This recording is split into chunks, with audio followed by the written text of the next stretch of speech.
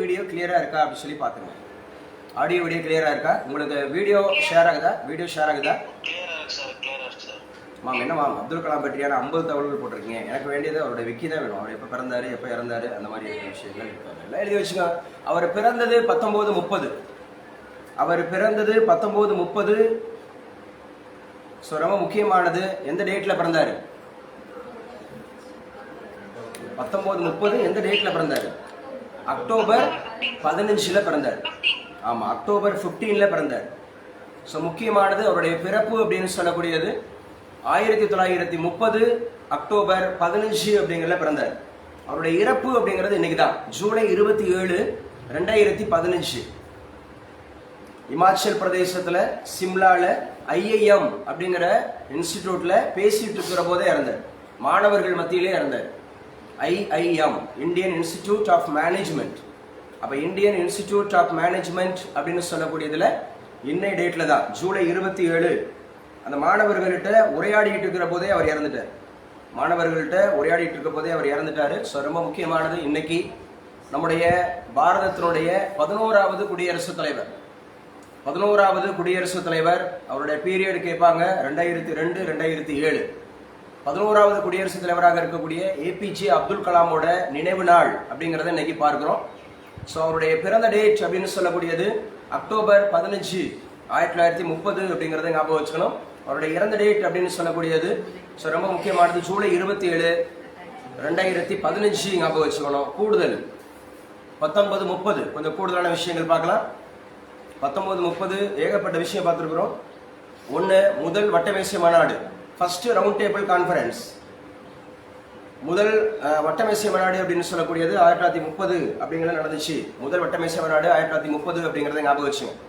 அடுத்து, உலக பொருளாதார மந்தம், வேர்ல்டு எக்கனாமிக் கிரைசிஸ். எக்கனாமிக்ஸ்ல வேர்ல்டு எக்கனாமிக் கிரைசிஸ் அப்படிங்கிறத ஞாபகம் வச்சுங்க, 1930. அதே மாதிரி 1930 first world FIFA world cup. First FIFA world cup 1930 அப்படிங்கிறத ஞாபகம் வச்சுக்கணும். பிஃபா, உருகுவே தான் வின்னர். உருகுவே அப்படிங்கிறதா வின்னர், அர்ஜென்டினா அப்படிங்கிறதா ரன்னர். இன்னைக்கு நம்பர் 1ல இருக்கிறது யாரு? பிஃபால அர்ஜென்டினா இருக்கு. கொஞ்சம் நல்லா பேசுங்க. யார் இருக்கிறா? அர்ஜென்டினா தான் இருக்கு. 1930 civil disobedience moment. Civil disobedience moment அப்படிங்கிறது சட்ட மறுப்பு இயக்கம். அதே 1930 தான். சிவில் டிசோபீடியன் மூமெண்ட் அப்படிங்கிறது 1930 அப்படிங்கிறத ஞாபகம் வச்சுக்கோம். சிவில் டிசோபீடியன் மூமெண்ட் 1930 ஞாபகம் வச்சுங்க. அடுத்தாப்புல ஓகேமா, ஓகே ஃபைன்மா, 1930 அப்படிங்கிறத ஞாபகம் வச்சுங்க. அதே மாதிரி தண்டி மார்ச்.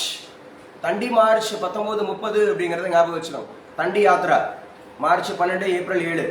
மார்ச் 12, ஏப்ரல் 7 சபர்மதி ஆசிரமத்திலிருந்து தண்டி வரைக்கும் போயிருக்கிறாரு. ஹிஸ்டரியில IIMல ஏகப்பட்ட விஷயம் டிஸ்கஸ் பண்ணியிருக்கோம். அதுல கேரளாவில் யாரு? கேலப்பன். தமிழ்நாட்டில் யாரு? ராஜாஜி. ஆந்திராவில் யாரு?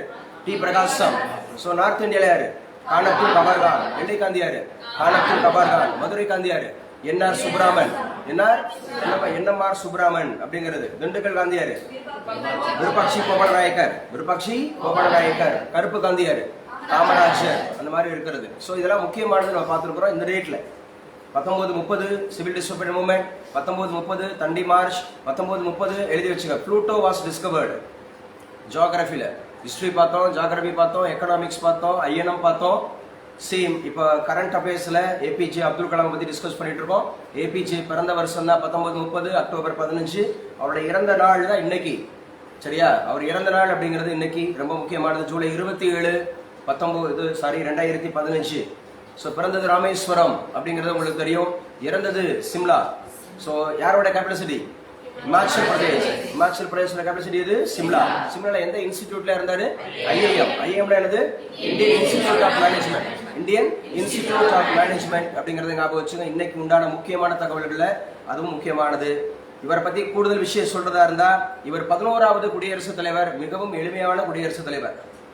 மிகவும் எளிமையான குடியரசுத் தலைவர் அப்படிங்கறத நம்ம பார்க்கிறோம். ரொம்ப ரொம்ப முக்கியமானது Agni Siragugal, fires of wings of fire. அவருடைய பயோகிராஃபி அக்னி சிறகுகள் அப்படின்னு சொல்லக்கூடியது அவருடைய முக்கியமா அவருடைய என்னவா இருக்கு? பயோகிராஃபியா இருக்கு. அவருடைய சுயசரிதை அப்படிங்கறத ஞாபகம் வச்சுங்க. ரொம்ப ரொம்ப முக்கியமானது ஜனாதிபதி. இவர் ஃபர்ஸ்ட் ஒர்க் பண்ணது DRDO. DRDO அப்படிங்கிறதுல தான் முதல் முறையாக அவர் ஒர்க் பண்ணார் அப்படிங்கிறத நம்ம பார்க்குறோம். ஸோ முதல் முறையாக அவர் ஒர்க் பண்ணது அப்படிங்கிறது சொல்லப்படுது DRDO அப்படிங்கிறது ஞாபகம் வச்சுக்கணும். So what is expansion of DRDO? Defence research development organisation. So defence research development organisation. So இதுதான் அவருடைய ஃபர்ஸ்ட் ஒரு 20 இயர்ஸ்க்கு மேலாக அங்கே தான் ஒர்க் பண்ணார். அதுக்கப்புறம் அவர் நம்முடைய தேசிய பாதுகாப்புத்துறை ஆலோசகராக ஆனார். போக்ரான் அணுகுண்டு வெடிப்பு சோதனை இருக்கு இல்லையா, அந்த போக்ரான் அணுகுண்டு வெடிப்பு சோதனையில் ரொம்ப ரொம்ப முக்கியமான பங்களிப்பு வச்சது நம்முடைய APJ அப்துல் கலாம். ஸோ யாருடைய காலத்தில் இவர் வந்து அந்த தேசிய பாதுகாப்புத்துறை ஆலோசகராக இருந்தார்? அடல் பிகாரி வாஜ்பாய் அவருடைய பீரியடில். ஸோ அந்த போக்ரான் அணுகுண்டு வெடிப்பு சோதனை ரொம்ப ரொம்ப முக்கியமானது அப்படிங்கிறத ஞாபகம் வச்சுக்கணும். ராமேஸ்வரத்தில் தான் அவர் பிறந்தார் அப்படின்னு சொல்லி பார்க்குறோம். சில்லாங், மேகாலயாவோட கேபிட்டல் சிட்டி சிம்லா இல்லை, சில்லாங் தானே, சிம்லா தானே. ஸோ நல்லா ஞாபகம் வச்சுங்க, அவர் இறந்தது அப்படிங்கிறது ஞாபகம் வச்சுங்க, ரொம்ப ரொம்ப முக்கியமானது சில்லாங். ஸோ அதோட கூட ரொம்ப முக்கியமானது அவரை பற்றி தெரிஞ்சுக்கிறது போது பத்ம விபூஷன் வாங்கியிருக்கார். பத்ம விபூஷன் அப்படிங்கிறது அவர் வாங்கியிருக்கிறார். பத்ம விபூஷன் 1990 அவருக்கு பத்ம விபூஷன் வழங்கப்பட்டிருக்கிறது. முக்கியமானது பத்ம அவார்டுகள் அப்படின்னு சொல்றதுல ஃபர்ஸ்ட் பாரத ரத்னா, அதுக்கப்புறம் பத்ம விபூஷன், அதுக்கப்புறம் பத்ம பூஷன், அதுக்கப்புறம் பத்மஸ்ரீ. ஆர்டர் பண்ணுங்க அப்படின்னு சொல்லலாம் ரேங்கிங் அடிப்படையில். ஃபர்ஸ்ட் பாரத ரத்னா தான், சொல்லுங்க பாரத ரத்னா. 2 பத்ம விபூஷன், அதுக்கப்புறம் பத்ம பூஷன், அதுக்கப்புறம் பத்மஸ்ரீ அப்படிங்கறத ஞாபகம் வச்சுக்கணும். அவர் எந்த வருஷம் பத்ம விபூஷன்?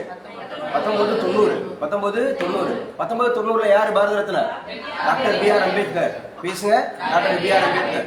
இவருக்கு பாரத ரத்னா 1997 அப்படிங்கிறது ஒரு முக்கியமானது. இவர் எழுதிய முக்கியமான நூல்கள் 2. ஒன்று Agni Siragugal, wings of fire அப்படின்னு சொல்லுவோம். இன்னொன்று இந்தியா. அக்னி சிறகுகள் அப்படிங்கறத எழுதியிருக்கிறாரு, இந்தியா அப்படிங்கறது எழுதியிருக்கிறாரு. ரொம்ப ரொம்ப முக்கியமானது. இவருடைய டிபார்ட்மெண்ட் அப்படிங்கிறது வந்து அஸ்ட்ரானமி தான். அஸ்ட்ரானமி அப்படிங்கறது முக்கியமாக ஞாபகம் வச்சுக்கணும். DRDO தான் இவர் பங்காற்றி இருக்கிறார். DRDO பாதுகாப்பு மற்றும் மேம்பாட்டு நிறுவனம். So defence research and development organisation அப்படிங்கிறதுல தும்பால தான் அவர் வேலை பார்த்துருக்கார் ரொம்ப நாள். சரியா, ட்ரிவாண்ட்ரத்தில். குறிப்பாக இஸ்ரோவோட பங்களிப்பு, இவருடைய முக்கியமான பங்களிப்பு இருக்கு. போக்ரான், அதனாலதான் இவர் இந்திய ஏவுகணை நாயகன், missile man of India. Missile man of India என்று அழைக்கப்படுபவர் யார் கேட்பாங்க. மிசில் மேன் ஆஃப் இந்தியா என்று அழைக்கப்படுபவர் APJ அப்துல் கலாம். 1998 போக்ரான் அணுவெடிப்பு சோதனை. போக்ரான் ரொம்ப ரொம்ப முக்கியமானது. அந்த நியூக்ளியர் அந்த மாதிரி இருக்கக்கூடியதுல ரொம்ப முக்கியமான பங்களிப்பு பண்ணவர் இவர் தான். இவர் எந்த வருஷம் சார் அப்படின்னு சொல்லக்கூடியது, இது குடியரசுத் தலைவர் ஆனார் அப்படின்னா 2002 11வது குடியரசுத் தலைவர். எந்த கட்சி சார்பாக அப்படின்னு கேட்டா பாரதிய ஜனதா கட்சி சார்பாக. அப்ப யாரு சார் எதிர்கட்சி அப்படிங்கிற மாதிரினா லக்ஷ்மி சகல் அவங்களை எதிர்த்து நின்று போட்டியிட்ட எதிர் வேட்பாளர் யாரு? APJ அப்துல் கலாம எதிர்த்து போட்டியிட்ட எதிர் வேட்பாளர் யாரு அப்படின்னு கேட்டா லக்ஷ்மி சகல். கேப்டன் லக்ஷ்மி சகல் எல்லாருக்கும் தெரிஞ்சிருக்கும். யாரு சார் இவரு அப்படின்னு பாத்தீங்கன்னா ஜான்சி ராணி. அந்த யாரோட படையில? நேதாஜி சுபாஷ் சந்திர போஸோடைய அந்த ராணுவ படையில பெண் படை தலைவியா இருந்தவங்க தான் யாரு? தம்பி வாய்த்தர சொல்லுப்பா. லக்ஷ்மி சகல். அவர் யாரை எதிர்த்து நின்று போட்டிட்டு இருக்காங்க? APJ அப்துல் கலாம். எந்த வருஷம்? 2002. எத்தனையாவது குடியரசுத் தலைவருக்கு? 11வது குடியரசுத் தலைவருக்கு. முக்கியமானது அப்படிங்கறதை ஞாபகம் வச்சுங்க.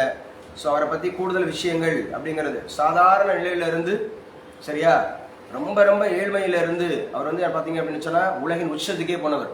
அவர் லண்டனோட செனட்ல பேசும்போது யாதும் ஊரே யாவரும் கேளீர் அப்படிங்கிறத கோட் பண்ணி, கணினி போன்றவருடைய கோட் பண்ணி அந்த பேச்சு நிகழ்த்தின போது அவங்க எல்லாருமே எழுந்து நின்று கைதட்டினாங்க. We never hear such a good wonderful அப்படிங்கிற மாதிரி ஸ்பீச் லைக் திஸ் அப்படிங்கிற மாதிரி எழுந்து நின்று கைதட்டினாங்க. யாருடைய பேச்சை கேட்டு? எளிமையான ஆங்கிலத்துல எளிமையா உரையாடுவார். ஸோ ரொம்ப கவர்ச்சியான பேச்செல்லாம் இருக்காது. மாணவர்களிடத்துல தான் அதிகமாக உரையாற்றி இருக்கிறாரு. மாணவர்களிடத்துல உரையாற்றிட்டு இருக்கும்போது தான் தன்னுடைய உயிரையும் நீத்தார் APJ அப்துல் கலாம். ஸோ ரொம்ப ரொம்ப முக்கியமானது. அவருடைய ஏவுகணைகள் ரொம்ப ரொம்ப முக்கியமானது. என்னென்ன சார் அப்படின்னா பிருத்திவி, பிரஹார், ஞாபகம் வச்சு அக்னி. அதனாலதான் அக்னி புத்திரன்னு சொல்லுவாங்க. பிருத்திவி, அக்னி. ஸோ இது எல்லாமே முக்கியமானது. அவருடைய அணுவெடிப்பு சோதனை 1998 குடியரசுத் தலைவர் பதவி தேசிய ஜனநாயக கூட்டணி NDA தான் அவர் வந்து ஆனார் அப்படி சொல்லி பார்க்கிறோம். ஸோ ரொம்ப முக்கியமானது. அவரை பற்றியான கூடுதல் விஷயங்கள் பேசி முடிச்சாச்சு. இன்னைக்கு உண்டான கரண்ட் அஃபேர்ஸ் அப்துல் கலாம், ஏபிஜே அப்துல் கலாம். ஏபிஜே அப்துல் கலாம் பிறந்த வருடம் 1930, பிறந்த நாள் அக்டோபர் 15, இறந்த வருடம் 2015, இறந்த நாள் ஜூலை 27. டுடே இஸ் அவருடைய ஹானரோரியம் அப்படிங்கிற மாதிரி ஞாபகம் வச்சுக்கோங்க. அவர் எத்தனையாவது பிரசிடென்ட்? 11வது பிரசிடென்ட். அவருடைய டென்யூர் எப்போ? 2002 எவ்வாறு அழைக்கப்படுகிறார்? ஏவுகணையின் தந்தை அப்படின்னு சொல்லப்படுது. அக்னிபுத்திரன் என்று அழைக்கப்படுகிறார். மிசில் மேன் ஆஃப் இந்தியா அப்படின்னு அழைக்கப்படுறாரு. அக்னி, பிரகார், பிருத்திவி எல்லாம் முக்கியமான படைப்புகள். அவருடைய சுயசரிதையோட பேர் என்ன? அக்னி சிறகுகள் அப்படிங்கிற மாதிரி இன்னொரு படைப்பு என்ன? இந்தியா. ஆனாலும் அவர்கிட்ட கேட்கும் போது தன்னோட முக்கியமான கண்டுபிடிப்பு எது அப்படின்னு சொல்லும் போது, அந்த டிசேபிள் இருக்காங்கல்ல, டிசபிலிட்டியில இருக்கிறாங்கல்ல, அவங்களுக்காக ஒரு பிளாஸ்டிக் கண்டுபிடிச்சார். அந்த கால் அப்படிங்கிற மாதிரி இருக்கக்கூடிய அந்த ஆபரணம், அதுதான் அவருக்கு முக்கியமானது அப்படிங்கிற மாதிரி சொல்லப்படுது. கம்பல்சரி ஞாபகம் வச்சுக்கணும். இன்னைக்கு உண்டான கரண்ட் அஃபேர்ஸ் கொஞ்சம் குயிக், வேகமாக எழுதிக்கங்க. இன்னைக்கு உண்டான கரண்ட் அஃபேர்ஸ் ஜூலை 27. இன்னைக்கு டெய்லிஸ்ல என்ன முக்கியமான கரண்ட் அஃபேர்ஸ் வந்திருக்கு அப்படின்னு சொல்லி பார்க்கலாம். ஸோ தினந்தோறும் கரண்ட் அஃபேர்ஸ் பார்த்துட்டு இருக்கிறோம். அந்த கரண்ட் அஃபேர்ஸ் மேம் உங்களுக்கு அனுப்பிச்சு கொடுத்துட்டேன், நீங்க உள்ள ஏற்றிடலாம். அந்த பேப்பர்ல இன்னைக்கு பேப்பர்ல முக்கியமாக வந்திருக்கக்கூடிய நிகழ்வுகள் என்னென்ன, நியூஸ் பேப்பர்ல வந்த முக்கியமான நிகழ்வுகள் என்னென்ன அப்படிங்கறத உங்களுக்கு அனுப்பிச்சு கொடுத்துருக்கிறேன். ஸோ பாருங்க வந்துருச்சா அப்படின்னு சொல்லி செக் பண்ணிக்கோங்க. வரலைன்னா சொல்லுங்க, நான் உங்களுக்கு பார்க்குறேன். அனுப்பிச்சு கொடுத்தனே. ஸோ ரொம்ப முக்கியமானது இன்னைக்கு உண்டான கரண்ட் அஃபேர்ஸ்ல என்ன சார் கூடுதல் விஷயங்கள் அப்படிங்கறத பார்க்கலாம். எழுதி வச்சுங்க. இன்னைக்கு என்ன சார் ஜூலை 27 முதல் பக்க செய்தியில முதல் செய்தி அப்படிங்கிறது நீட். அந்த நீட் தேர்வு விவகாரம். ஸோ நீட் தேர்வு விவகாரம் அப்படிங்கிறது நம்ம சொல்லியிருந்தோம். அனுப்பிச்சு கொடுத்துருக்கா கொஞ்சம் செக் பண்ணுங்க. ஆனால் அனுப்பிச்சு கொடுத்துருந்தனே, வேற எதுலையும் அனுப்பிச்சணும்.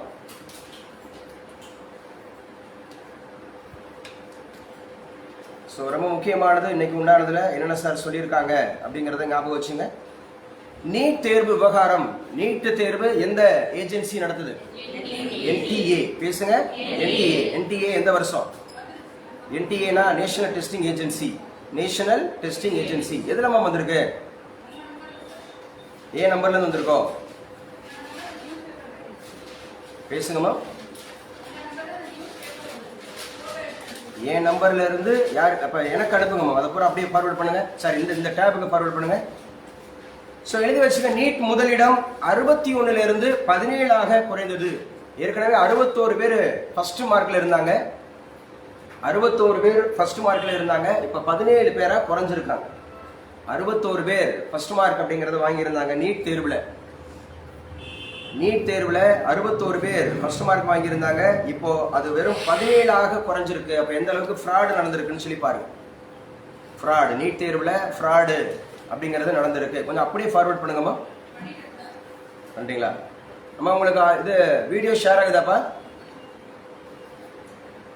கொஞ்சம் ஆன்லைன்ல பேசுங்க. வீடியோ ஷேர் ஆகுதா? ஷேர் ஆகுது.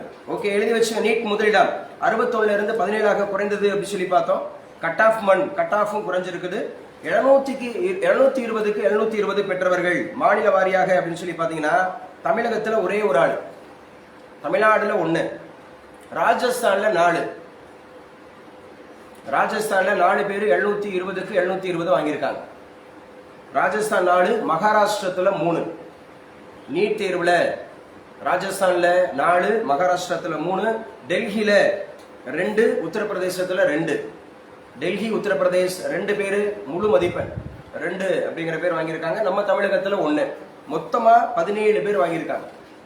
17 பேர் அப்படிங்கறத ஞாபகம் வச்சுங்க. நீட் தேர்வு இது இன்னைக்கு உண்டான கரண்ட் அஃபேர்ஸ்ல ரொம்ப முக்கியமானது அப்படிங்கறத ஞாபகம் வச்சுங்க. 720க்கு 720 எத்தனை பேர்? 17 பேர் அப்படிங்கறது வாங்கியிருக்கிறாங்க. முதல் மதிப்பெண் எத்தனையாக இருந்துச்சு? 61 இருந்துச்சு. இப்ப எத்தனை? 17 குறைஞ்சிருக்குது அப்படிங்கறத பாத்துக்குங்க. அடுத்து இவங்க முக்கியமானது எழுதி வச்சுங்க. இன்னைக்கு உண்டான கரண்ட் அஃபேர்ஸ்ல உலக பாரம்பரிய சின்னங்கள், வேர்ல்டு ஹெரிட்டேஜ் மொனுமெண்ட்ஸ் அப்படின்னு சொல்லுவோம். வேர்ல்டு ஹெரிட்டேஜ் மொனுமெண்ட்ஸ், உலக பாரம்பரிய சின்னங்கள். அதோட பட்டியல்ல அகோம் அப்படிங்கிற ஒரு டைனஸ்டி, அகோம் வம்சம், அவங்களுடைய அந்த கிரேவ் இடம்பெற்றிருக்குது. கிரேவ் அப்படிங்கிற கல்லறை, அவங்கள புதைக்கிற இடம் இருக்கு இல்லையா, அவங்க புதைக்கிற அந்த முறை, அந்த புதைக்கிற முறை அப்படிங்கிறது இடம்பெற்றிருக்கிறது உலக பாரம்பரிய சின்னங்கள். அப்ப உலக பாரம்பரிய சின்னங்களில் இந்தியாவில் அஸ்ஸாமில் கவுஹாத்தியில அவங்க அகோம் அப்படிங்கிற ஒரு வம்சம் இருக்கிறது, அது ஒரு இனம் இருக்கிறது, அப்படி ஒரு இனம் இருக்கிறது. அந்த அகோம் அவங்களுடைய புதைக்கும் பழக்கம், அந்த புதைக்கும் பழக்கம் அப்படிங்கிறதுக்கு என்ன பேருனா மொய் தம்ஸ் அப்படிங்கிறது எழுதி வச்சுக்கோ, மொய் தம்ஸ். அப்ப அகோம் வம்சத்தின் உடல்களை புதைக்கும் நடைமுறைக்கு என்ன பெயர் அப்படின்னு கேட்டா மொய் தம்ஸ். அந்த மொய் தம்ஸ் எதுல இடம்பெற்றிருக்கிறது? உலக பாரம்பரிய சின்னங்கள் பட்டியலில் இடம்பெற்றிருக்கிறது. எந்த மாநிலத்தோடது? அஸ்ஸாம் மாநிலத்தோடது. அஸ்ஸாம் மாநிலத்துல எந்த வம்சம்? அகோம் வம்சம். அந்த அகோம் வம்சத்தோட உடலை புதைக்கும் பழக்கத்திற்கு என்ன பெயர்? மொய் தம்ஸ். பேருங்க மொய் தம்ஸ் அப்படிங்கறது ஞாபகம் வச்சுங்க. உலகின் பாரம்பரிய குழு 46வது அமர்வு கூட்டம் டெல்லியில் நடந்துச்சு இல்லையா? ஞாபகம் வச்சுக்கணும். 46வது அவங்களுடைய அந்த கான்ஃபரன்ஸ் ஜூலை 21 தொடங்குச்சு டெல்லியில. ஜூலை 31 வரை நடக்குது. எந்த மண்டபத்தில் நடக்குதுன்னு சொல்லி பார்த்தோம். நல்லா பேசுங்க. பாரத் மண்டபம். பாரத் மண்டபம் எங்க இருக்கு? டெல்லியில நடந்துச்சு. டெல்லியில பாரத் மண்டபத்தில் என்ன நடந்துச்சு? இதுக்கு முன்னாடி G20 மாநாடு நடந்துச்சு. சரியா? இப்ப நேத்திக்கு மண்டபம் சொல்லி 2 மாத்திருக்காங்க. ராஜேஸ்வரி சொல்ல விடுங்க.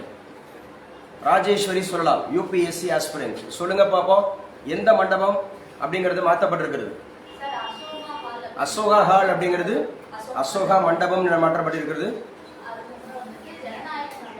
ஜனநாயக மண்டபம்னு எதை மாத்திருக்காங்க? இப்ப சொல்லலாம்.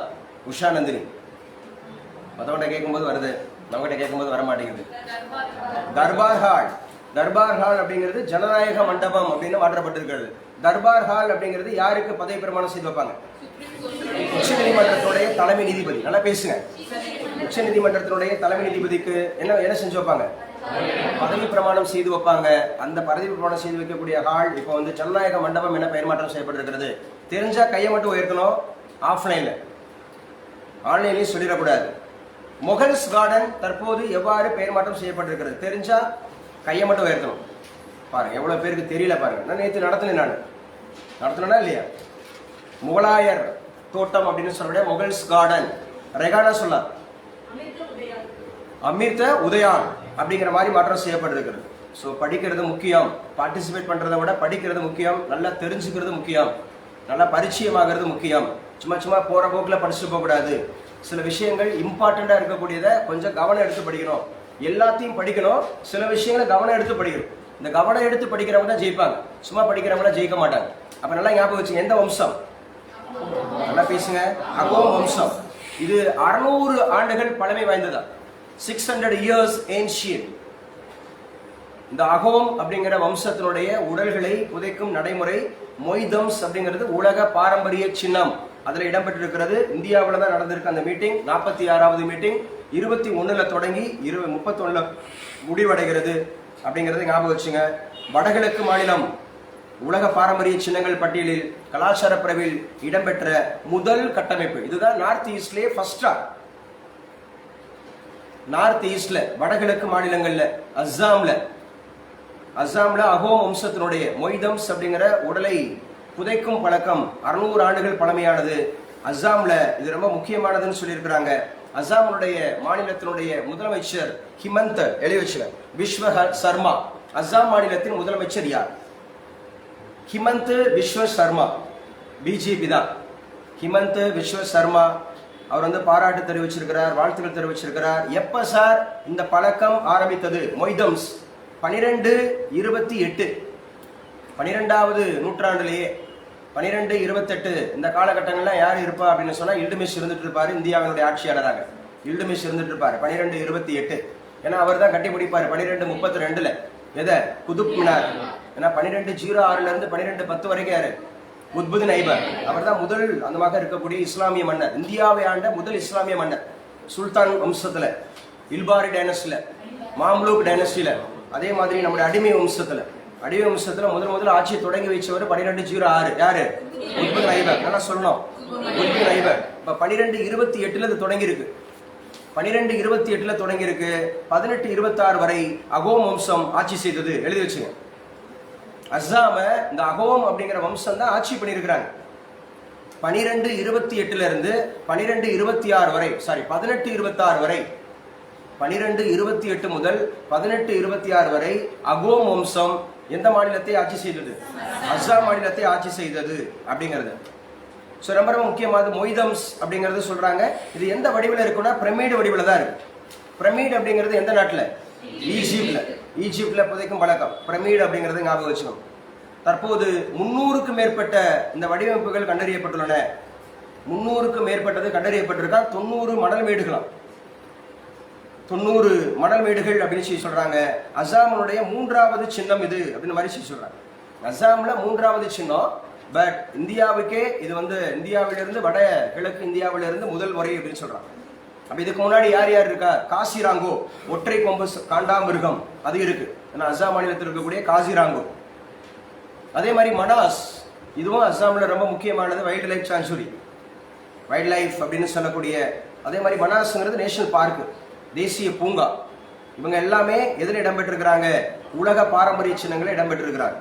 காசிராங்கோ இடம்பெற்றிருக்கு, அதே மாதிரி மனாஸ் இடம்பெற்றிருக்கு.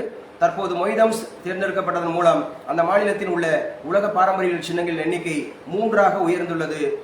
இப்போ ஒட்டுமொத்த இந்தியாவில் 43 இருக்கு டோட்டல் அப்படிங்கிறது. ஏற்கனவே பார்த்தீங்கன்னு சொன்னா நமக்கு முக்கியமானது 42, இப்போ 43 உலக பாரம்பரியங்கள் சின்னங்கள் அப்படிங்கிறது. இந்தியாவை பொறுத்தவரை 43. அதே மாதிரி இந்தியாவிலேயே நேஷனல் ஜியோகிராபிக்கல் இண்டிகேஷன் புவிசார் குறியீடு அப்படிங்கிறது எந்த மாநிலம் அதிகம்? தமிழ்நாடு தான் அதிகம். பார்த்தோமா? 58 ஞாபகம் வச்சுங்க. 58 தமிழ்நாட்டில் தான் அதிகமாக இருக்குது. ஜியோகிராபிக்கல் இண்டிகேஷன்ஸ் புவிசார் குறியீடு பெற்ற பொருட்கள் அப்படிங்கிறது ஞாபகம் வச்சுக்கணும். நிறைய பொருட்கள் இருக்கு. ஸோ முக்கியமாக ஞாபகம் வச்சுக்கணும் புவிசார் குறியீடு பெற்ற பொருட்கள் எவ்வளவு. கரண்ட் அஃபேர்ஸ் எவ்வளோ கொஸ்டின் மேம் எடுத்திருக்கீங்க இது வரைக்கும்? 27 கொஸ்டின்ஸ் எடுத்திருக்காங்களா? அப்போ நான் பேசுனதை வச்சு 27 மேக்சிமம். அடுத்த தெளிவு வச்சுங்க. இந்தியாவின் இளம் ஒலிம்பிக் நடுவர், யங்கஸ்ட் அம்பையர் இன் ஒலிம்பிக் கேம்ஸ். இந்தியாவின் இளம் ஒலிம்பிக் நடுவரானார் கபிலன் சாய் அசோக். இப்படி வேணா ஞாபகம் வச்சுங்க. ஏரி அடிடா கபிலா இது நம்முடைய காலம் அப்படின்னு சொல்லியிருப்பாங்களா ஒரு திரைப்படத்துல? கபிலா ஏரி அடிடா இது நம்முடைய காலம் அப்படின்னு சொல்லியிருப்பாங்க. இந்தியாவிலிருந்து முதல் முறையாக ஒலிம்பிக் போட்டியில இளம் நடுவராகிறார் கபிலன் சாய் அசோக். கபிலன் ஞாபகம் வச்சுங்க. கபிலன் இந்தியாவை சார்ந்தவர். இவர் எந்த முன்னாள் விளையாட்டு வீரர், எந்த துறையை சார்ந்தவர் அப்படின்னா பாக்ஸிங், குத்துச்சண்டை வீரர். குத்துச்சண்டை வீரர் இளம் இந்திய ஒலிம்பிக்ஸ் நடுவரானார் கபிலன் சாய் அசோக். பாரிஸ்ல எத்தனையாவது ஒலிம்பிக் போட்டி நடக்குது? தேஷ்முகி 33வது. எத்தனை நாடுகள் பங்கேற்குது? 206 நாடுகள். என்னங்க 204 நாடு. எத்தனை அந்த மகருடைய பார்ட்டிசிபென்ட்ஸ்? 10,500. ஆண்கள் பெண்கள் ஈக்குவல் சொல்லணும். 5,250 5,250 அப்படிங்கறது ஞாபகம் வச்சுக்கணும். இவருடைய வயது 32ங்க. கபிலன் சாய் அசோக் இவருடைய வயது 32. இவர் தான் இளம் நடுவராக பணியாற்றுகிறார் அப்படின்னு சொல்லி பார்க்கிறோம். குத்துச்சண்டை சாம்பியன்ஷிப்பில் ஒரு போட்டியாளராகவும் பின்னர் நடுவராகவும் செயல்பட்ட முதல் இந்தியர் என்ற பெருமையை இவர் பெற்றுள்ளார். சாய் அசோக் இவர் புனே தான் பயிற்சி பெற்றிருக்கிறார் அப்படின்னு பார்க்கிறோம்.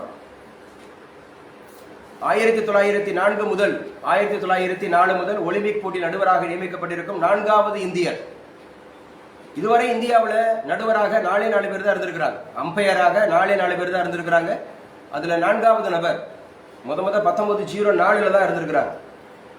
1904 ஃபர்ஸ்ட் ஒலிம்பிக் போட்டி ஆரம்பிச்சது 1896.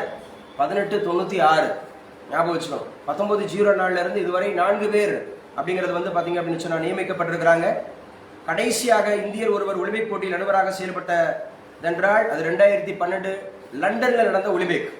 2012 வருஷம் இல்ல, 2012 கடைசியாக 3வது நபர் இருந்திருக்கிறார். ஸோ 2012 ஒலிம்பிக் அப்படிங்கறத ஞாபகம் வச்சுக்கணும்.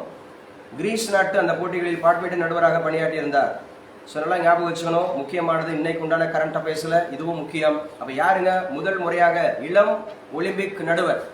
கபிலன் சாய் அசோக். கபிலன் சாய் அசோக் எந்த விளையாட்டோடு தொடர்புடையவர்? சரி, பாக்ஸிங் அப்படின்னு சொல்லக்கூடிய குத்துச்சண்டை அப்படிங்கறத ஞாபகம் வச்சுக்கணும். மேரி கோம் எந்த விளையாட்டோடு தொடர்புடையவங்க? பாக்ஸிங். மேரி கோம் அப்படிங்கிறவங்க எந்த மாநிலத்தை சார்ந்தவங்க? மணிப்பூர். பேசுங்கப்பா. மணிப்பூர். மேரி கோம் அப்படிங்கறத ஞாபகம் வச்சுக்கணும். மேரி கோம் அப்படிங்கிறவங்களோட சுயசரிதை என்ன?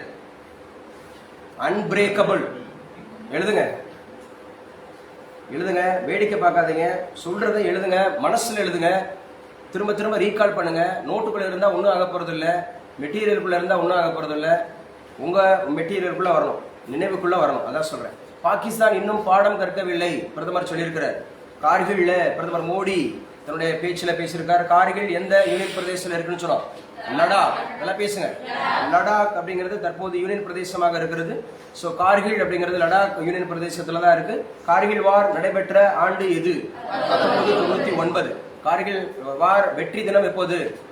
ஜூலை 26. அது என்ன திவாஸ் என்று அழைக்கப்படுகிறது? விஜய் திவாஸ். அப்ப என்ன operation? Operation Vijay. Operation Vijay. So அங்கதான் பேசி இருக்கிறார். 25வது ஆண்டு. இது முக்கியமானது, கேட்கக்கூடிய வாய்ப்புள்ள கொஸ்டின். 25வது ஆண்டு. ஸோ அரசியலமைப்பு சட்டத்தினுடைய 370வது பிரிவு ஜம்மு காஷ்மீருக்கான சிறப்பு அந்தஸ்து ரத்து நடவடிக்கை மேற்கொள்ளப்பட்டு வரும் நிலையில் ஆகஸ்ட் 5ஆம் தேதியுடன் 5 ஆண்டுகள் நிறைவடைய உள்ளன. எழுதி வச்சு 5 ஆண்டு ஆயிடுச்சு. ஆகஸ்ட் ஆண்டோட 370 அப்படிங்கிறது வந்து பாத்தீங்கன்னு சொன்னா, ஸோ 5 ஆண்டுகள் அப்படிங்கிறது ஞாபகம் வச்சுங்க. ஜம்மு காஷ்மீர் 370 அப்படிங்கிறது.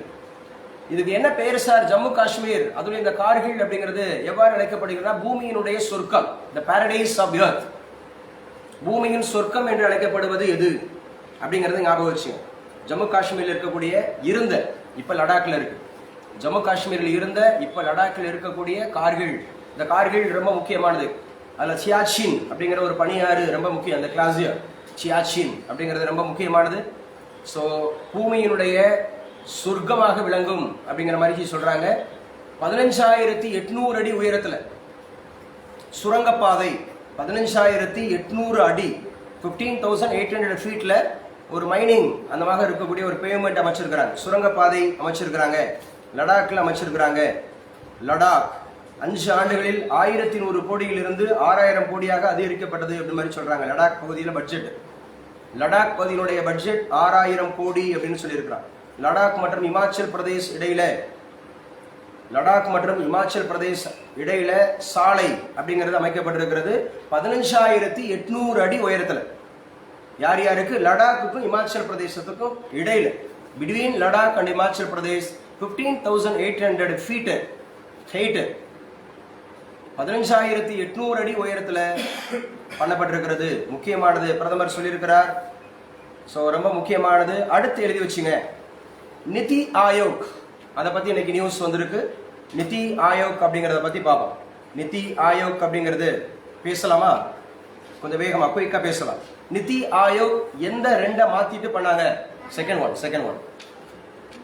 நிதி ஆயோக்ங்கிறது எந்த 2 நிறுவனங்களை பெயர் மாத்தினாங்க? என்னாச்சு? பிளானிங் கமிஷனையும் என்டிசியும் நேத்து கூட நடத்தினேன். பிளானிங் கமிஷனையும் என்டிசியும். பிளானிங் கமிஷன் அப்படின்னு சொன்னாவே மார்ச் 15 1950, என்டிசின்னு சொன்னா ஆகஸ்ட் 6 1952. இதை 2ஐயும் மெர்ஜ் பண்ணி தான் என்ன உருவாச்சு? நிதி ஆயோக் உருவாச்சு. அப்ப நிதி ஆயோக் அப்படிங்கிறது எந்த நாள்ல உருவாச்சு? 1/1/2015. நல்லா பேசுங்க. 1/1/2015 உருவாச்சு. அப்ப நிதி ஆயோக்கோட தற்போதைய தலைவர் யார்? பிரதமர் மோடி அவர்கள். சார் நிதி ஆயோக் இல்ல நிதி ஆயோக் அப்படின்னு சொன்னாவே யார் வந்துருவா? பிரதமர் மோடி அவர்கள் வந்துருவார். துணைத் தலைவர் இப்ப யாரு? சுமன் கே பெரி. சிஇஓ யாரு? சுப்பிரமணியன் அப்படிங்கறது ஞாபகம் வச்சுக்கணும். முதல் துணைத் தலைவர் யாரு? அரவிந்த் பனகாரியா. அரவிந்த் பனகாரியா இப்ப என்னவா இருக்காரு? இப்ப இருக்கிறதுல பினான்ஸ் கமிஷனோட சேர்மனா இருக்கார். எத்தனையாவது பினான்ஸ் கமிஷன் சேர்மன்? 16வது பினான்ஸ் கமிஷனோட சேர்மனா இருக்கிறார். நிதி ஆயோக் அப்படிங்கறதுடைய துணைத் தலைவருக்கு என்ன அந்தஸ்து வழங்கப்படுகிறது? Cabinet minister. சிஓக்கு என்ன அந்தஸ்து வழங்கப்படுகிறது? வாய்த்தரது சொல்லுப்பா தம்பி. ரிசல்ட் வராதுப்பா. ஏன்னா எல்லாரும் சொல்றாங்க, நம்மளும் வாயை திறந்து சொல்றது. என்ன வரப்போகுது? வாயை திறந்து சொல்லலாம், ரிசல்ட் வராது. சும்மா நீங்களும் இது பண்ணிட்டு போலாம்.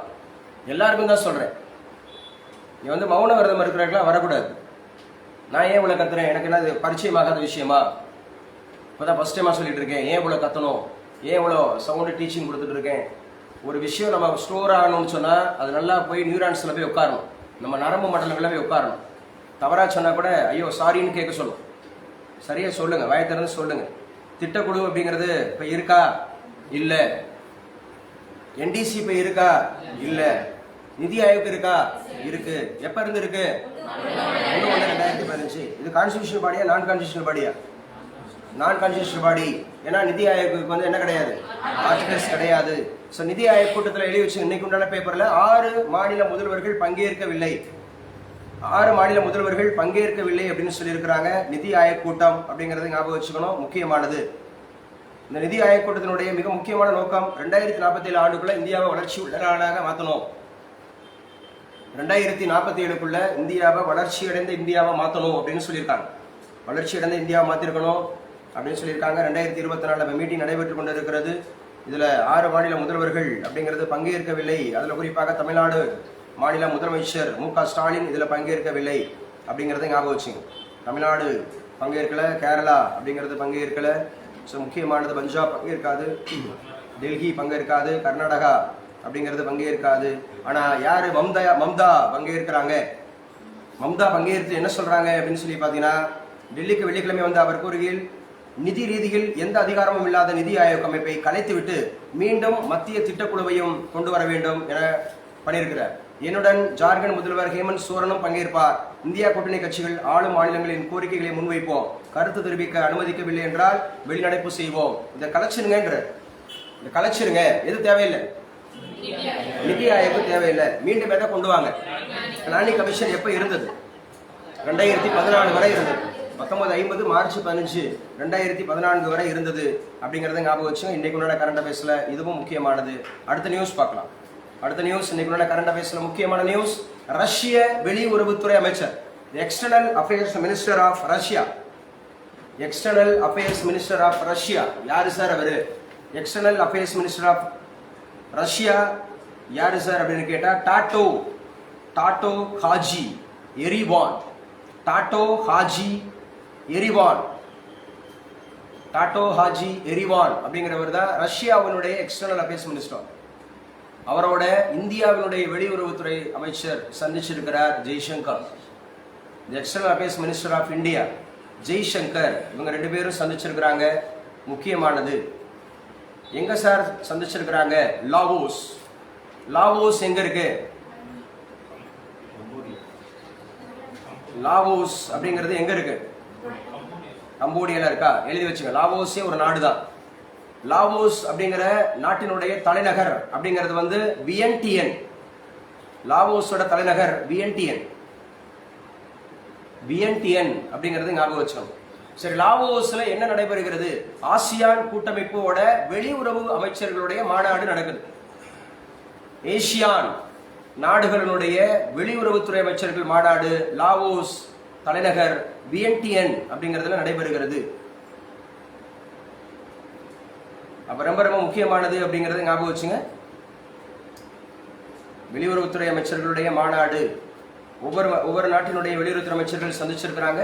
நியூசிலாந்தோட வெளியுறவு அமைச்சரும் துணை பிரதமர் வின்ஸ்டன் பீட்டர். நியூசிலாந்துக்கு வந்து Winston Peter. Singapore Vivian Balakrishnan. இவங்கெல்லாம் external affairs ministers in and around the world. Indonesia Retno. இந்தோனேஷியாவில் ரெட் நோ. மலேசியா முகமது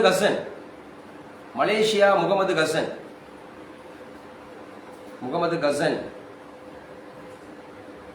ஸோ எல்லா நாட்டு வெளியுறவுத்துறை அமைச்சர்களையும் ஜெய்சங்கர் அவர்கள் சந்திச்சிருக்கிறார். சீனா, நார்வே, பிலிப்பைன்ஸ் இந்த நாடுகளோட எல்லா மினிஸ்டரையும் சந்திச்சிருக்கிறார் அப்படிங்கறத ஞாபகம் வச்சுங்க. அடுத்து எழுதி வச்சுங்க. அடுத்து முக்கியமானது இன்னைக்கு உண்டான நியூஸ்ல, மாநில அமைச்சரவை முடிவுக்கு ஸ்டேட்டோட மினிஸ்ட்ரி, அந்த கவுன்சில் ஆஃப் மினிஸ்டர்ஸ் அவங்களுடைய டெசிஷனுக்கு ஆளுநர் கட்டுப்பட வைக்கும் தனிநபர் மசோதா. ஆளுநரை கட்டுப்பட வைக்கும் தனிநபர் மசோதா. தனிநபர் மசோதாக்கள் ராஜ்யசபால எத்தனை தனிநபர் மசோதாக்கள் சொன்னோம்? இந்த முறை எத்தனை தனிநபர் மசோதாக்கள்? 6 தனிநபர் மசோதா. அது வந்து லோக்சபால 6ன்றது லோக்சபால. புதிய மசோதா தான் 6. ராஜ்யசபால எத்தனை சொல்லுங்க? 4. ராஜ்யசபால தனிநபர் மசோதாக்கள் இவ்வளவு கொண்டு வர போறாங்க. முத 1952லயே 14 மசோதாக்கள் கொண்டு வந்தாங்க.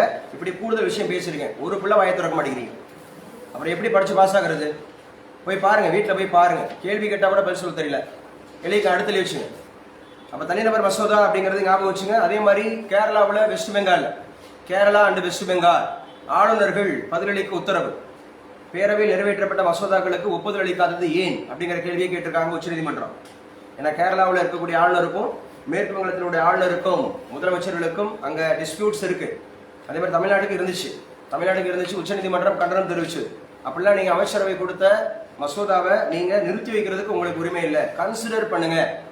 ஏதாவது அரசியலமைப்பு சட்டத்திற்கு எதிராக இருந்துச்சு அப்படின்னு சொன்னா கொறி கொடுங்க, ஆனா நிப்பாட்டி வைக்கிறதுக்கு ஆளுநருக்கு அதிகாரம் கிடையாது அப்படிங்கறத சொல்லியிருந்தாங்க.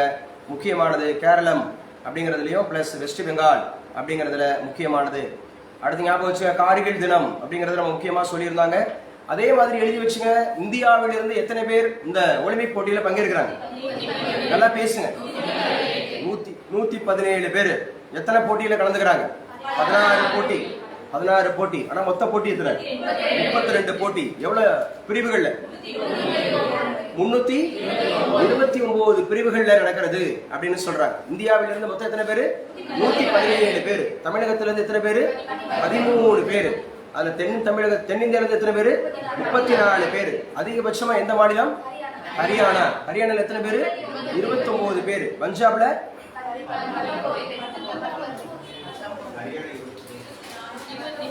ஹரியானா 24, பஞ்சாப்ல 19, தமிழ்நாடு 13 அப்படிங்கறத ஞாபகம் வச்சுங்க. முக்கியமானது பாரம்பரிய உடையுடன் அணிவகுத்த இந்தியர்கள். பாரம்பரிய உடையோட அணிவகுத்திருக்கிறாங்க இந்தியர்கள். 2 பேர் கொடியை ஏற்றிட்டு போவாங்கன்னு சொன்னோம். PV சிந்து எந்த விளையாட்டோட? பேட்மிண்டன். PV சிந்து எந்த விளையாட்டோட தொடர்புடையவங்க? பேட்மிண்டனோட தொடர்புடையவங்க PV சிந்து. நல்லா ஞாபகம் வச்சுக்கணும். அடுத்து ரொம்ப முக்கியமானது யாரு? சரத் கமல் அப்படிங்கிறவங்க எந்த விளையாட்டோட தொடர்புடையவங்க? Table tennis. நல்லா சொல்லுங்க, டேபிள் டென்னிஸ். அவங்க 2 பேர் தான் கொடியை ஏற்றிட்டு போயிருக்கிறாங்க. யாரு இந்த குழுவுக்கு தலைவராக இருக்கிறார்? ககன் நரங் எந்த விளையாட்டோட தொடர்புடையவர்? சரியா, ரைபிள் ஷூட்டிங் அப்படிங்கிறது ககன் நரங். தொடக்க நிகழ்ச்சியில் சர்வதேச ஒலிம்பிக் கமிட்டி தலைவர் தாமஸ் பாக் கேட்பாங்க, இன்டர்நேஷனல் ஒலிம்பிக் கமிட்டியோட சேர்மன் யார்? இன்டர்நேஷனல் ஒலிம்பிக் கமிட்டியோட சேர்மன் யார் அப்படின்னா தாமஸ் பாக். இந்திய ஒலிம்பிக் கமிட்டியோட தலைவர் யாரு? பிடி உஷா. ஞாபகம் வச்சுக்கணும், பிடி உஷா. இந்திய ஒலிம்பிக் கமிட்டியினுடைய துணைத் தலைவர் யாரு? ககன் நரங். நல்லா பேசுங்க, ககன் நரங். அப்ப இன்டர்நேஷனல் ஒலிம்பிக் கமிட்டியினுடைய தலைவர் தாமஸ் பாக். பிரான்ஸோட அதிபர் இமானுவேல் மேக்ரான். அவங்க தொடக்க நிகழ்ச்சியை பார்த்த மாதிரி ஒரு போட்டி கொடுத்துருக்காங்க. முக்கியமானது அப்படிங்கறத ஞாபகம் வச்சுங்க. இன்னைக்கு உண்டான கோலாகல தொடக்கம் அப்படின்னு சொல்லியிருக்கிறாங்க. கோலாகல தொடக்கம் எத்தனை ஆண்டுகளுக்கு பிறகு நடக்குது? பாரிஸ்ல 100 ஆண்டுகளுக்கு பிறகு. 124, 1924 நடந்துச்சு. 1924 நடந்துச்சு. இது எத்தனையாவது போட்டி? 33வது போட்டி. பாரிஸ்ல எத்தனையாவது போட்டி? 3வது போட்டி. இதுக்கு முன்னாடி 3 போட்டி யார் நடத்திருக்கா? லண்டன். பேசுங்க, லண்டன். 2012 எங்க நடந்துச்சு? லண்டன் அப்படிங்கறது நான் ஞாபகம் வச்சுக்கிறோம். இப்ப 2024 எங்க நடக்குது? பாரிஸ். பேசுங்கம்மா, பாரிஸ். 2028 எங்க நடக்கும்? அமெரிக்கால லாஸ் ஏஞ்சல்ஸ்ல. வாய் திறந்தா தான் வரும், இல்லைன்னா மத்தவங்க வைப்ரேட்ல வரும். நமக்கு வரணும், மத்தவங்க வைப்ரேட்ல வரக்கூடாது. 2032 எங்க? ஆஸ்திரேலியா. 2032 ஆஸ்திரேலியா எங்க? பிரிஸ்பேன். 36 யாரு? இந்தியா. சொல்லப்படுகிறது பார்க்கலாம். இது முக்கியமானது. இன்னைக்கு உண்டான கரண்ட் அஃபேர்ஸ். பொருளாதார ஆய்வறிக்கை ஒரு கண்ணோட்டம் எழுதியிருக்கிறாங்க. இது கட்டுரைக்கு ரொம்ப முக்கியமானது, மெயின்ஸுக்கு ரொம்ப முக்கியமானது. உலக பொருளாதார நாடுகளில் இந்தியா எத்தனையாவது இடத்துல இருக்கு? 5வது இடத்துல. டெக்ஸ்ட் புக் படி ஜிடிபியில் எத்தனாவது இடத்துல இருக்கு? 7வது இடத்துல. 2047க்குள்ள எந்த இடத்துக்கு வரணும்னு சொல்லி இலக்கு? 3வது இடத்துக்குள்ள வரணும் அப்படிங்கிறது நம்முடைய இலக்கு. கடந்த ஆண்டு இந்திய பொருளாதாரம் 8.2 ஆண்டு வளர்ச்சி.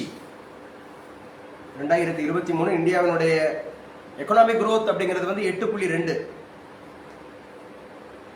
பொருளாதார ஆய்வறிக்கை சொல்கிறது அப்படிங்கறத ஞாபகம் வச்சுங்க. பொருளாதாரம் ஆய்வறிக்கை, வேலைவாய்ப்பில் ஆய்வறிக்கை முழு கவனம் செலுத்தியுள்ளது. வேளாண்மை மற்றும் அதன் சார்பு செயல்பாடுகள், வளர்ச்சி மற்றும் வேலைவாய்ப்புகளை உருவாக்குதல் முக்கியமானது. கிட்டத்தட்ட 56.5 கோடி எழுதி வச்சு. இந்தியாவினுடைய தொழிலாளர்களுடைய எண்ணிக்கை எவ்வளவு? லேபர்ஸ். இந்தியாவினுடைய தொழிலாளர்களுடைய எண்ணிக்கை 56.5 கோடி. நம்முடைய கிளாஸோட அந்த எஃபெக்டிவ்னஸ்லாம் உங்களுக்கு ப்ரிலிம்ஸ் மெயின்ஸ் இன்டர்வியூல எழுதும்போது தான் உங்களுக்கு தெரியும். அசால்ட் பண்றீங்க. 56.5 கோடி தொழிலாளர்கள் இருக்கிறாங்க இந்தியாவில். அதுல 45% பேர் விவசாய தொழிலாளர்களா இருக்கிறாங்க. தொழிலாளர்கள் அப்படிங்கிறது ஒட்டுமொத்த தொழிலாளர்கள் 56.5% பேர். அது விவசாயம் சார்ந்த அக்ரிகல்ச்சரல் பேஸ்டா இருக்கக்கூடியவங்க 56.5 கோடி. அதுல 45% பேர் விவசாயத்துல இருக்கிறாங்க. 11.4 பேர் இண்டஸ்ட்ரியில இருக்கிறாங்க. பிரைமரி செக்டார்ல 45, 11% அப்படிங்கிறது வந்து செகண்டரி செக்டார்ங்கிற உற்பத்தி. 28.9% பேர் 28.9 டெரிசரி செக்டார் அப்படின்ற சேவை துறையில இருக்கிறாங்க. 13% பேர் கன்ஸ்ட்ரக்ஷன் கட்டுமானத்துல இருக்கிறாங்க. கட்டுமானத்துல இருக்கிறாங்க. இது அடிப்படையான விஷயம், முக்கியமான விஷயம், கண்டிப்பாக கேட்பாங்க.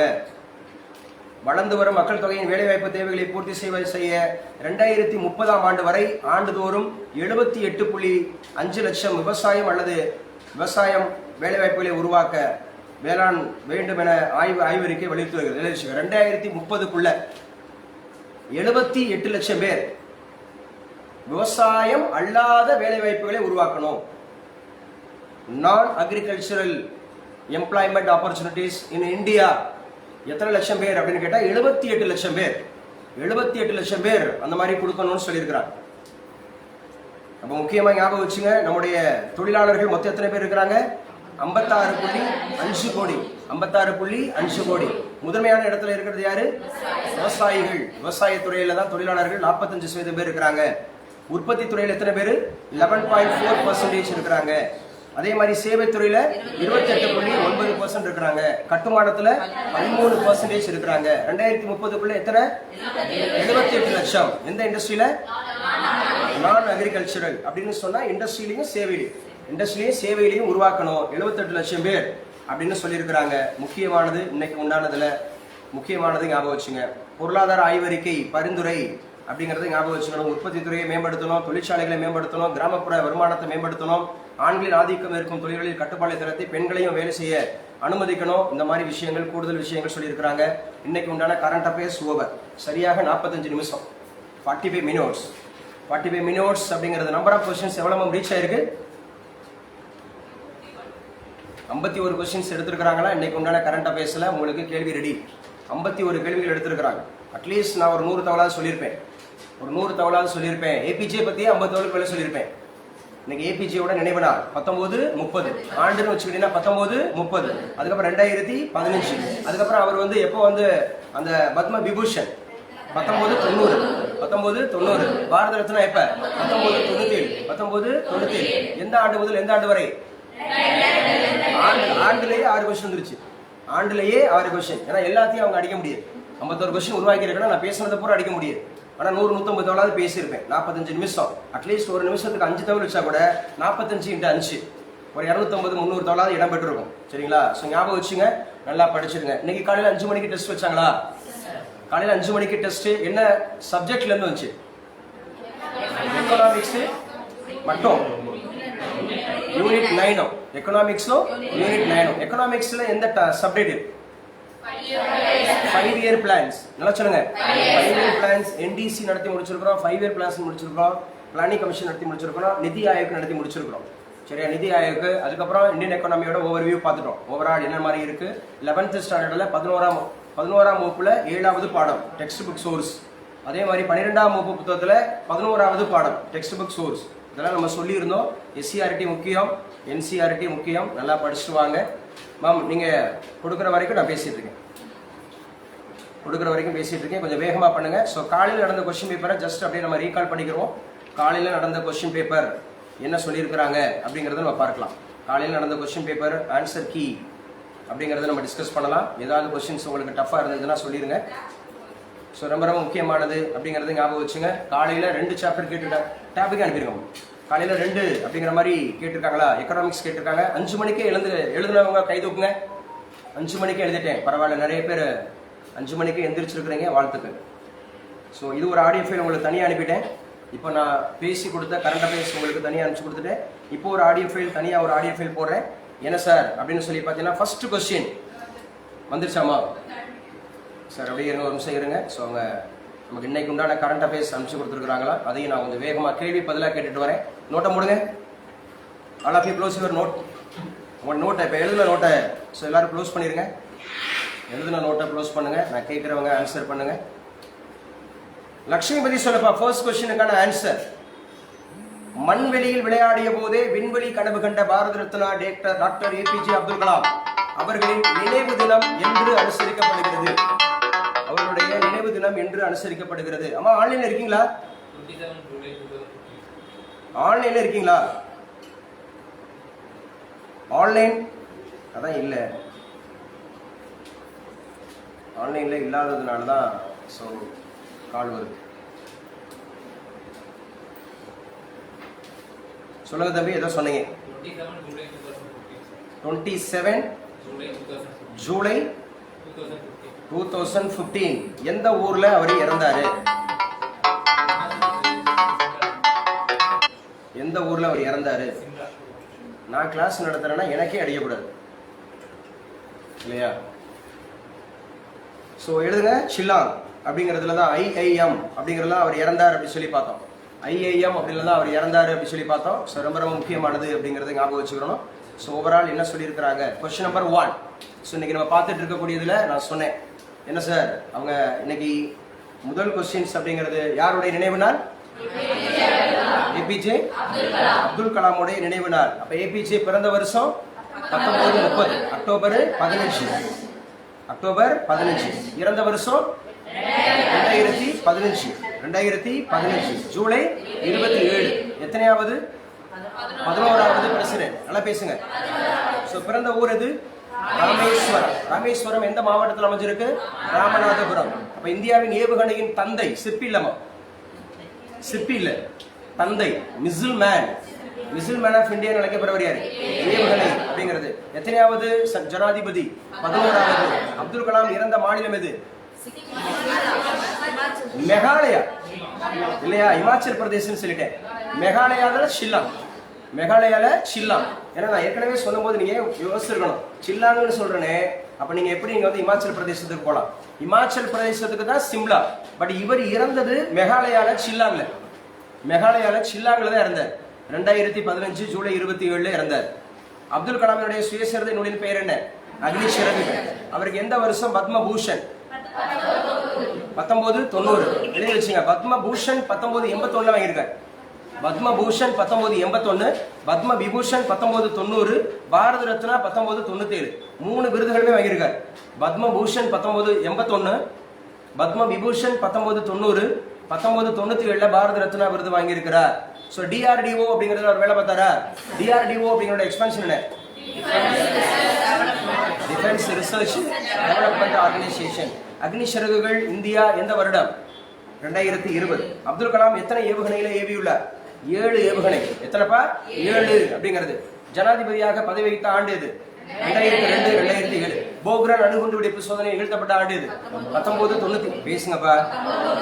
1998. அப்துல் கலாமோட நினைவிடம் எங்க இருக்கு? பேய்கரும்பு எங்க இருக்கு?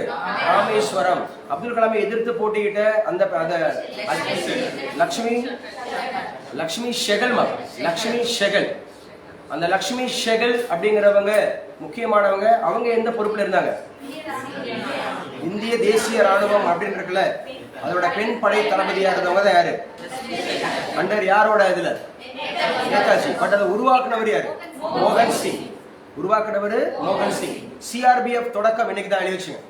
CRPF சென்ட்ரல் ரிசர்வ் போலீஸ் உருவான ஆண்டு 1939. சென்ட்ரல் ரிசர்வ் போலீஸ் உருவான ஆண்டு 1939 ஜூலை 27. இன்னைக்கே தான் ஜூலை 27 தான். CRPF அப்படிங்கிறது யாரோட அண்டர்ல இருக்கு அப்படின்னு கேட்டா ஹோம் மினிஸ்ட்ரி. டிஃபென்ஸ் வந்து கண்டிப்பா ஹோம் மினிஸ்ட்ரி. இதுல CRPF ஹோம் மினிஸ்ட்ரியில இருக்கு. CRPF அப்படிங்கிறது ரொம்ப முக்கியமானது. அதோட விரிவாக்கம் central reserve police force. NEET தேர்வில் எத்தனை பேர் முதலிடம் பிடிச்சிருக்காங்க? 17 பேர். ஆனா எத்தனை பேர் இருந்தாங்க? 61 பேர் இருந்தாங்க. தமிழகத்துல இருந்து எத்தனை பேர்? ஒரே ஒன்று. ஏற்கனவே 3 பேர் இருந்தாங்க. இப்போ ஒரே ஒருத்தர் தான் இருக்கிறாரு அப்படிங்கறத ஞாபகம் வச்சுங்க. அஸ்ஸாம் மாநிலத்தில் அகோம் வம்சத்தில் இறந்தவர்களை புதைக்கும் நிகழ்வின் பெயர் என்ன? மொய்தம்ஸ் முறை எப்போது ஆரம்பிக்கப்பட்டது? 1228 இருந்து 1826 வரைக்கும் அவங்க இருந்திருக்கிறாங்க. அஸ்ஸாம் மாநிலத்தின் முதல்வர் யார்? ஹிமந்த் விஸ்வ சர்மா. அகோம் வம்சத்தினர் அஸ்ஸாமை ஆட்சி செய்த ஆண்டு இது 1228 இருந்து 1826 வரை. அப்போது இந்தியாவை ஆட்சி செய்து கொண்டிருந்தவர்கள் யாரு? நல்லா பேசுங்க. அப்ப யாருன்னு சொன்னா சுல்தானியர்கள். யாருங்க? சுல்தானியர்கள். அதுல அடிமை அம்சம். சுல்தானியர்கள் யாரு? அடிமை அம்சம். ஒலிம்பிக்கில் எத்தனை வகைகள் உள்ளன? 4 வகை. கோடைக்கால ஒலிம்பிக் இருக்கு, குளிர்கால ஒலிம்பிக் இருக்கு, பாரா ஒலிம்பிக் இருக்கு, அதுக்கப்புறம் டெஃப் ஒலிம்பிக்ஸ் இருக்கு, காது கேளாதவருக்கான ஒலிம்பிக்ஸ் இருக்கு. இந்தியாவில் இளம் ஒலிம்பிக் நடுவர் யார்?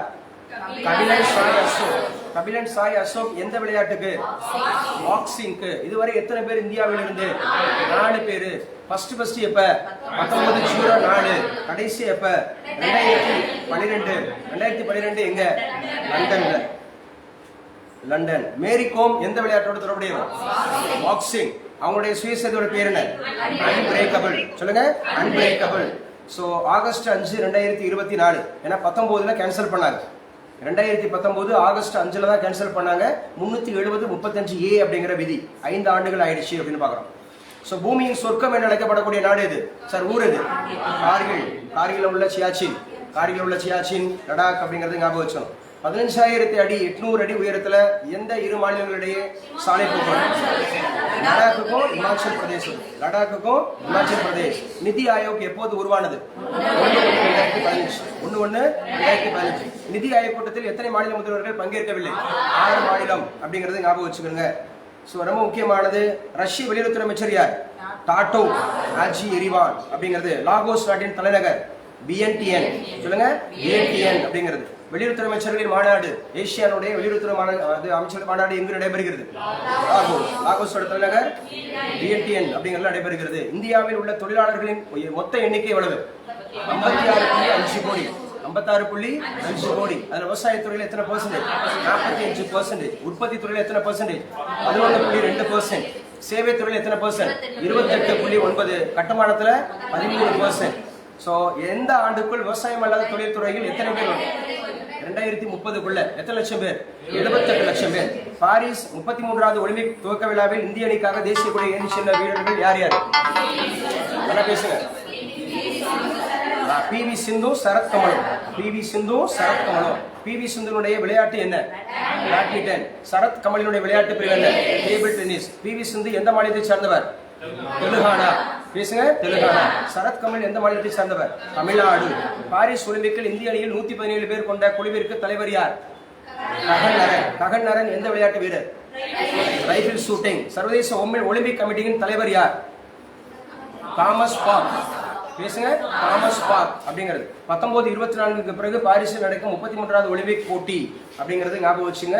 இது எத்தனையாவது ஒலிம்பிக் போட்டினா அவங்க ஊர்ல 3வது ஒலிம்பிக் போட்டி. மொத்தத்தில் எத்தனையாவது? 33வது ஒலிம்பிக் போட்டி. 3 முறை நடத்தின நாடுகள்ல யார் இருக்கா? லண்டன் இருக்கு. சோ இன்னைக்கு உண்டான current affairs over, class over அப்படி எழுதிக்கலாம். சோ நெக்ஸ்ட் கிளாஸ் அப்படியே நம்ம கண்டினியூ பண்ணிக்கலாம்.